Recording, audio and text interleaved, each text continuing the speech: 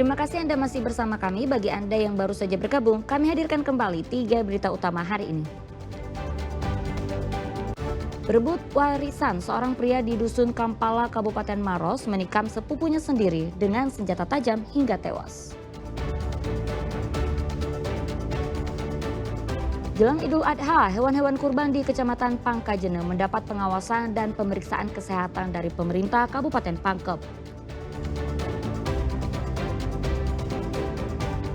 Melihat kehidupan suku Kajang di Desa Tanah Toa di Kabupaten Bulukumba.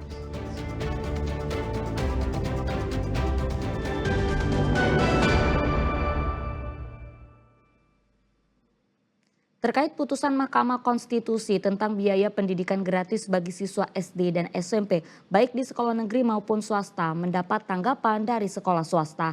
Pihak sekolah swasta menilai kebijakan itu perlu dukungan anggaran yang jelas dan perlibatan dalam proses implementasinya.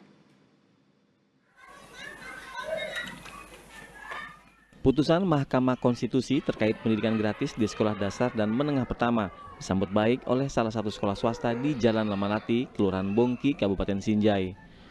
Pihak Sekolah Dasar Islam Terpadu atau SDIT Thoriqul Jannah mengatakan sangat mendukung kebijakan tersebut. Namun menilai pemerintah perlu hadir tak hanya dalam regulasi, tapi juga dalam pembiayaan nyata agar tak membebani sekolah swasta. Dan kalau itu dilakukan, ya sini kami juga suka ya, senang ya. Artinya berarti sekolah kami ini juga akan dibiayai oleh pemerintah, kan begitu. Ya, artinya kami juga tidak harus repot-repot untuk mencari sumber pendanaan segala macam. Tetapi ya sebisanya harus seperti yang apa kami lakukan sekarang gitu ya. Artinya guru-guru juga terjamin kesejahteraannya, kemudian kebutuhan pembelajaran juga tercapai begitu ya, kemudian biaya operasional untuk sekolah juga terpenuhi ya, alhamdulillah kalau itu dipenuhi gitu ya. Sekolah yang berdiri sejak tahun 2017 ini memiliki total 490 siswa di jenjang SD dan 34 siswa untuk tingkat SMP. Pihak sekolah masih menunggu petunjuk teknis dari pemerintah pusat maupun daerah terkait pelaksanaan putusan Mahkamah Konstitusi ini. Muhammad Sardi melaporkan dari Kabupaten Sinjai. Untuk membentuk karakter siswa yang berjiwa pemimpin, sebuah sekolah menengah atas di Kabupaten Sinjai menggelar pelatihan kepemimpinan bagi para siswa. Kegiatan ini diharapkan mampu menumbuhkan jiwa kepemimpinan serta membentuk generasi muda yang tangguh dan berakhlak mulia. Sosialisasi program PKK didampingi oleh Ibu Haja Masati dan beberapa Puluhan siswa sekolah SMA Negeri 10 Kabupaten Sinjai berkumpul di aula sekolah untuk mengikuti latihan dasar kepemimpinan.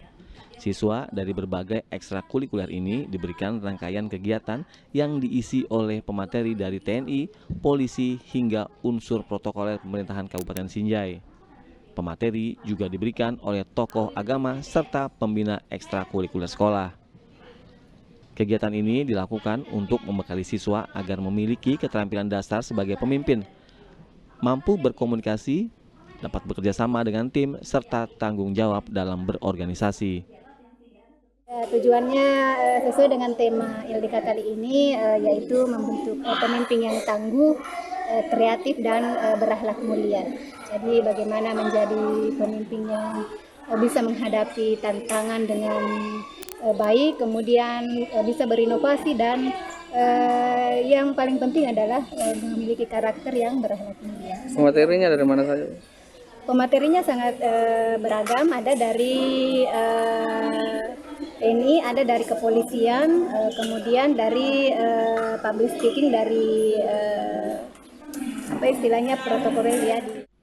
Melalui pelatihan ini, siswa diajak untuk lebih percaya diri dalam menyampaikan pendapat, memimpin diskusi, dan mengambil keputusan secara bijak. Selain itu, pemberian materi ini diharapkan juga bisa menjadi wadah bagi siswa untuk mengembangkan potensi diri dan meningkatkan rasa percaya diri serta menumbuhkan jiwa nasionalisme. Dari sekian puluh siswa, kenapa kalian terpilih? Muhammad Sardi melaporkan dari Kabupaten Sinjai. Saya akan melakukan yang Berpakaian dengan warna hitam setiap hari, itulah yang tampak jika kita berkunjung ke desa Suku Kajang, Desa Tanah Toa, Kabupaten Bulukumba. Apa saja keunikan di sana selain warna pakaiannya? Berikut informasi selengkapnya.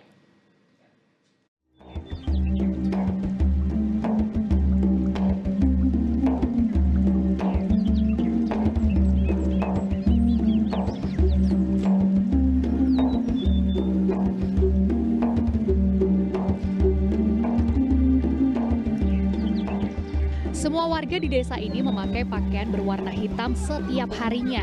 Begitulah ciri khas dari suku Kajang yang ada di Desa Tanah Toa, Kecamatan Kajang, Kabupaten Bulukumba, Sulawesi Selatan. Suku Kajang merupakan suku yang masih kental dengan budaya dan adatnya. Suku ini populer karena masih memegang teguh adat tradisional. Suku Kajang terbagi menjadi dua, yaitu Kajang Dalam dan Kajang Luar. Untuk wilayah Kajang Dalam memang tidak semua orang bisa masuk. Warga pun masih hidup sangat tradisional tanpa ada pengaruh modernisasi listrik dan kendaraan bermotor. Namun untuk wilayah Kajang Luar, warganya sudah mulai hidup berdampingan dengan modernisasi dan terbuka pada warga luar yang ingin berkunjung, mempelajari, serta menikmati kawasan Desa Tanah Toa ini. Kali ini saya akan ajak Anda untuk berkeliling dan berkenalan dengan warga suku Kajang. Sebelumnya, saya harus memakai kain ini terlebih dahulu.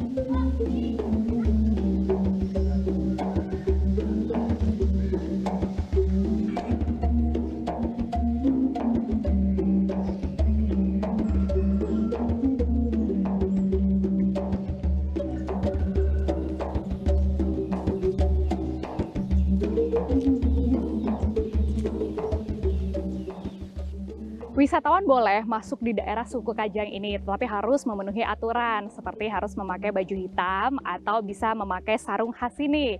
Kemudian tidak boleh menggunakan alas kaki. Nah, untuk yang membawa handphone boleh di mode senyap atau di silent, dan juga kalau untuk merekam, nah tidak boleh sampai masuk ke Kajang bagian dalamnya, hanya di batas sampai yang ditentukan.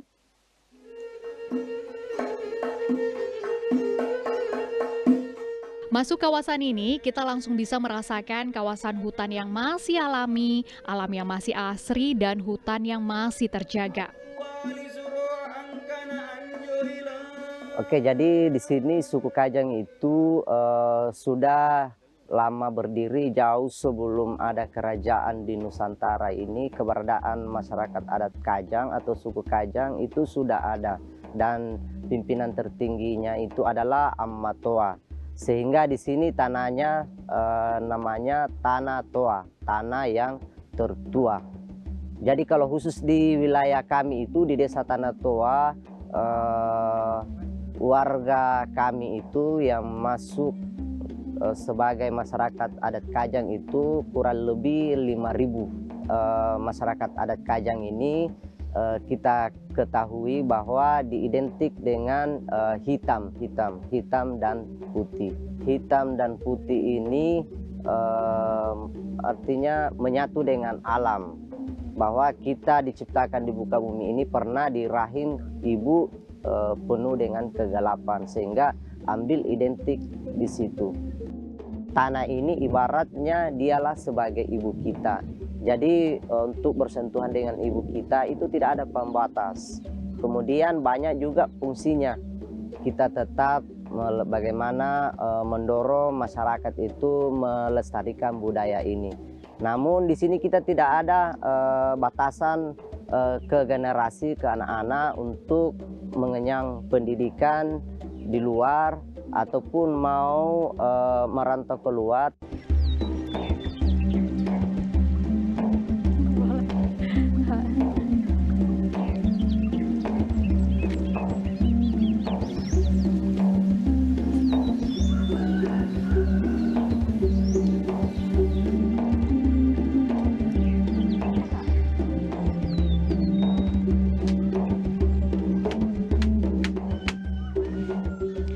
Kalau kita berkeliling ke rumah-rumah di daerah suku Kajang sini, pasti Anda menemukan banyak perempuan-perempuan di depan rumah maupun di bawah rumah panggung untuk menenun. Yang mereka buat nantinya hasilnya seperti ini.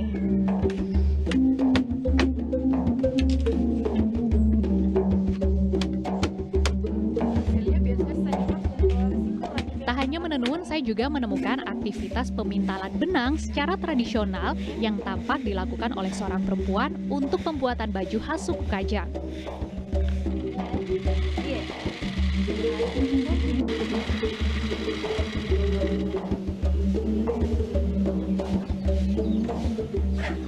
Meskipun sebagian warga dari suku Kajang kini telah mempelajari berbagai macam ilmu di luar sana dan mengikuti modernisasi, tapi ketika mereka kembali ke Tanah Toa tempat suku Kajang ini berada, mereka kembali mengikuti aturan-aturan yang telah ditentukan. Apri Mariana, Sony Harun melaporkan dari Bulukumba, Sulawesi Selatan.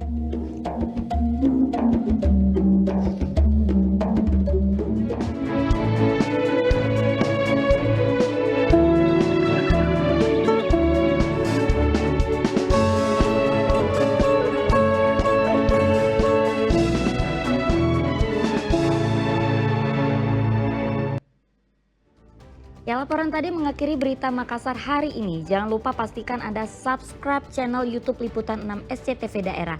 Saya Auriga Agustina berterima kasih atas perhatian dan kebersamaan Anda. Selamat beraktivitas dan sampai jumpa.